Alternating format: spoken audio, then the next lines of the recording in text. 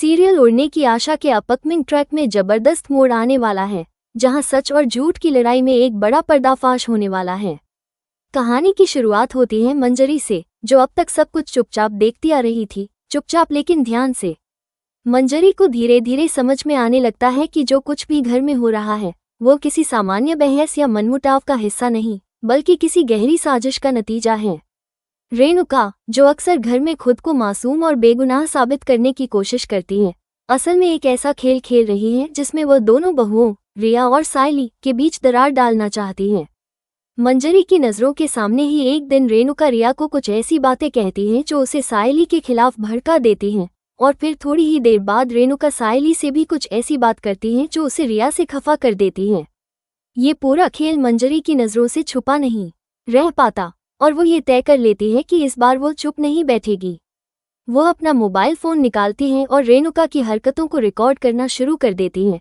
इसके बाद ट्रैक में दिखाया जाता है कि घर का सामान अचानक गायब होने लगता है, जिससे घर में एक बार फिर अफरा-तफरी मच जाती है। इस बार सायली को मंजरी पर शक हो जाता है और वो गुस्से में आकर मंजरी पर चिल्ला उठती है।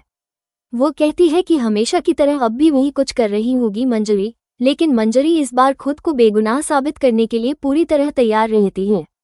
वो कहती है, मेम साहब, इसमें मेरी कोई गलती नहीं है। मैं कुछ नहीं जानती, ये सब किसी की सोची समझी साजिश है। सभी लोग चौंक कर उसकी बातों को सुनते हैं और तब वो एक बड़ा खुलासा करती है। वो कहती है कि रिया और सायली के बीच जो लड़ाई हुई थी, वो लड़ाई कोई आम घरेलू बहस नहीं थी, बल्कि जानबूझकर करवाई गई थी। मंजरी साफ शब्दों में कहती है कि यह सब प्लानिंग के तहत हुआ है ताकि दोनों बहुओं के बीच में फूट डाली जा सके और घर में अशांति बनी रहे। सचिन, जो अभी तक इन सारी बातों को केवल ऊपर से देख रहा था, अब सीधे सवाल करता है, मंजरी, यह आप क्या कह रही हैं? क्या आपके पास कोई सबूत है? तब मंजरी कहती है, अगर आपको यकीन नहीं है तो कोई बात नहीं, मैंने सब कुछ अपने फ़ोन में रिकॉर्ड कर लिया है, सबूत मेरे पास हैं। ये सुनते ही सभी घरवालों की आंखें फटी की फटी रह जाती हैं। अब ट्रैक में दिखाया जाएगा वो वीडियो जो पूरे देशमुख हाउस को हिलाकर रख देगा। वीडियो में साफ साफ रेणुका की आवाज़ आती है जो रोशनी से कह रही होती है, मैंने ही आग लगाई थी और दोनों बहुओं में लड़ाई हो गई। वाह, मजा आ गया, हमारा तीर बिल्कुल निशाने पर लगा। रेणुका आगे कहती है, मैंने जानबूझकर रिया की माँ से उसकी शिकायत की थी क्योंकि मुझे पता था कि वह जाकर सायली को जरूर कुछ बोलेगी, और वही हुआ भी। दोनों के बीच झगड़ा भी हुआ और दरार भी पड़ गई। अब तो बस देखो तमाशा। ये वीडियो सुनते ही सचिन और सायली दोनों को एक बहुत बड़ा झटका लगता है। उन दोनों की आंखों के सामने वो सारे पल घूमने लगते हैं जब उन्होंने एक दूसरे पर शक किया, एक दूसरे को गलत समझा और बेवजह दिल दुखाया।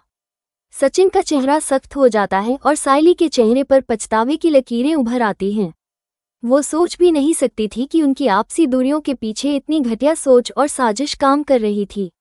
मंजरी का ये खुलासा और रिकॉर्डिंग ने जैसे घर की सारी परतें खोल दी हों। अब एक एक करके सभी सदस्य ये सोचने पर मजबूर हो जाते हैं कि अब तक जो घर में झगड़े होते रहे, वो क्या वास्तव में आपसी गलतफहमियां थीं या फिर उनके पीछे भी रेणुका जैसा कोई चेहरा छुपा हुआ था। रेणुका, जो अब तक घर की सबसे सयानी और समझदार औरत बनकर सबको कंट्रोल करने की कोशिश करती थी, अब खुद ही कटघरे में खड़ी नजर आने लगी है। उसकी साजिशें और चालबाजियां सामने आ चुकी हैं और अब वो अपनी बातों से लोगों को कन्विंस नहीं कर पा रही है। उसकी सारी सच्चाई अब मंजरी के मोबाइल की रिकॉर्डिंग में कैद है। अब जब सचिन और सायली को असलियत का पता चल चुका है, तब सायली देर नहीं करती और तुरंत रिया के पास जाती है। उसकी आंखों में पछतावा और दिल में माफ़ी मांगने की भावना होती है। अब देखना दिलचस्प होगा कि रिया सायली की बातों पर कैसे रिएक्ट करती हैं और क्या दोनों बहुएं फिर से एकजुट हो पाती हैं या नहीं। ये पूरा घटनाक्रम घर की नींव को हिला देता है, क्योंकि अब सबको ये समझ आने लगता है कि जो लड़ाइयाँ अब तक होती रही, उनका कारण परिवार के सदस्य नहीं बल्कि किसी की साजिश थी। इस ट्रैक में एक तरफ जहां मंजरी की सूझबूझ और हिम्मत ने सच्चाई को सामने लाया है, वहीं सायली और सचिन की समझदारी अब रिश्तों को फिर से जोड़ने में अहम भूमिका निभाने वाली है। रेणुका के चेहरे से गिरा यह नकाब अब पूरे देशमुख हाउस के सामने उसकी असलियत को उजागर करता है और कहानी को एक नए मोड़ की तरफ ले जाता है। आगे क्या होगा, ये देखना अब और भी ज्यादा रोचक होगा। जैसे ही सायली ने रिया को सच्चाई बताई कि उनके बीच जो दूरियां आई थीं वो असल में किसी और की चाल थी, रिया पूरी तरह से स्तब्ध रह जाती है।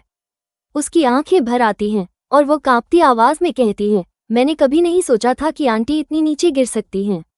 मुझे तो हमेशा यही लगता था कि उन्हें तुम पसंद नहीं हो, लेकिन उन्होंने मुझे भी तुम्हारे खिलाफ भड़का दिया। सायली उसे ढांढस बंधाती है। अब जब सच्चाई सामने आ चुकी है तो हमें और बर्बाद नहीं होने देना चाहिए। इसी बीच मंजरी द्वारा रिकॉर्ड किया गया वो वीडियो क्लिप रिया को भी दिखाया जाता है, जिसमें रेणुका साफ साफ ये कहती नजर आती है कि कैसे उसने दोनों बहुओं के बीच झगड़ा कराने की साजिश रची थी। रिया वीडियो देखकर पूरी तरह टूट जाती है, लेकिन साथ ही यह भी तय कर लेती है कि अब वो और सायली इस खेल का हिस्सा नहीं बनेंगी। यहीं से शुरू होता है असली मास्टर प्लान, जहां सचिन, सायली, रिया और आकाश मिलकर एक नई योजना बनाते हैं। इस बार उनका मकसद रेणुका को उसी की चाल में फंसाना होता है। चारों मिलकर पूरे घर का माहौल ऐसा बना देते हैं कि रेणुका को लगने लगे कि उसका खेल अब उसके हाथ से निकलता जा रहा है। रिया का व्यवहार पूरी तरह बदल जाता है। वो ना किसी से बहस करती है, ना शिकायत करती है, बस चुपचाप और सहमी हुई दिखती है, जिससे रेणुका को भी शक होता है कि कहीं कुछ तो गड़बड़ है। इसके बाद ट्रैक में दिखाया जाएगा कि रिया अचानक पूरे घर के सामने कहती है, मैं अब इस घर में नहीं रह सकती, मैं अपनी माँ के घर जा रही हूँ। ये सुनकर सभी चौंक जाते हैं, लेकिन सबसे ज्यादा झटका रेणुका को लगता है। उसे समझ आने लगता है कि उसके अपने ही पत्ते अब उलटने लगे हैं।